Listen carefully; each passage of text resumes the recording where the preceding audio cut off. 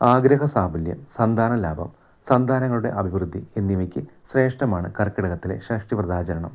സുബ്രഹ്മണ്യ ഭഗവാന്റെയും ശിവപാർവതിമാരുടെയും കൃപാകടാക്ഷങ്ങൾ ലഭിക്കുന്ന ഒന്നാണ് ഷഷ്ഠിവ്രതം. ചിലർ കർക്കിടക മാസത്തിലെ ഷഷ്ഠിയെ കുമാരഷഷ്ഠി എന്ന് വിളിക്കാറുണ്ട്. 2025 ഓഗസ്റ്റ് 30 ബുധനാഴ്ചയാണ് ഇത്തവണ കർക്കിടക മാസത്തിലെ ഷഷ്ഠിവ്രതം.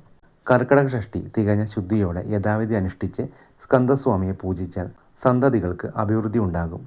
ഈ ദിവസം ദാനധർമ്മങ്ങൾ ചെയ്യുന്നത് ആഗ്രഹങ്ങൾ അതിവേഗം സഫലമാക്കുന്നതിന് നല്ലതാണ്. സുബ്രഹ്മണ്യ പ്രീതിക്ക് അനുഷ്ഠിക്കാവുന്ന ഏറ്റവും ഉത്തമ വ്രതമാണ് ഷഷ്ഠി. തലേന്ന് പഞ്ചമി നാളിൽ വ്രതം തുടങ്ങണം. അന്ന് ഉപവസിക്കണം. അതിന് ബുദ്ധിമുട്ടുള്ളവർ ഒരു നേരം അരിയാഹാരവും മറ്റ് സമയങ്ങളിൽ ഫലങ്ങളും കഴിക്കണം. ഷഷ്ഠി നാളിൽ സുബ്രഹ്മണ്യ ക്ഷേത്ര ദർശനം നടത്തി അവിടുത്തെ നിവേദ്യം കഴിച്ച് വ്രതം മുറിക്കാം. സുബ്രഹ്മണ്യ പ്രീതിക്ക് കീർത്തനങ്ങളും മന്ത്രങ്ങളും സ്കന്ദഷഷ്ഠി കവചവും അഷ്ടോത്തരവും സമർപ്പണ ബുദ്ധിയോടെ ജപിക്കണം. ബാഹ്യ ആഭ്യന്തര ശുദ്ധി പാലിക്കുകയും വേണം.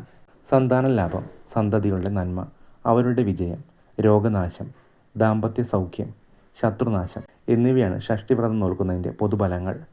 സന്തതികളുടെ ശ്രേയസ്സിനു വേണ്ടി മാതാപിതാക്കളാണ് ഷഷ്ഠിവ്രതം ഏറ്റവും കൂടുതൽ അനുഷ്ഠിക്കുന്നത്.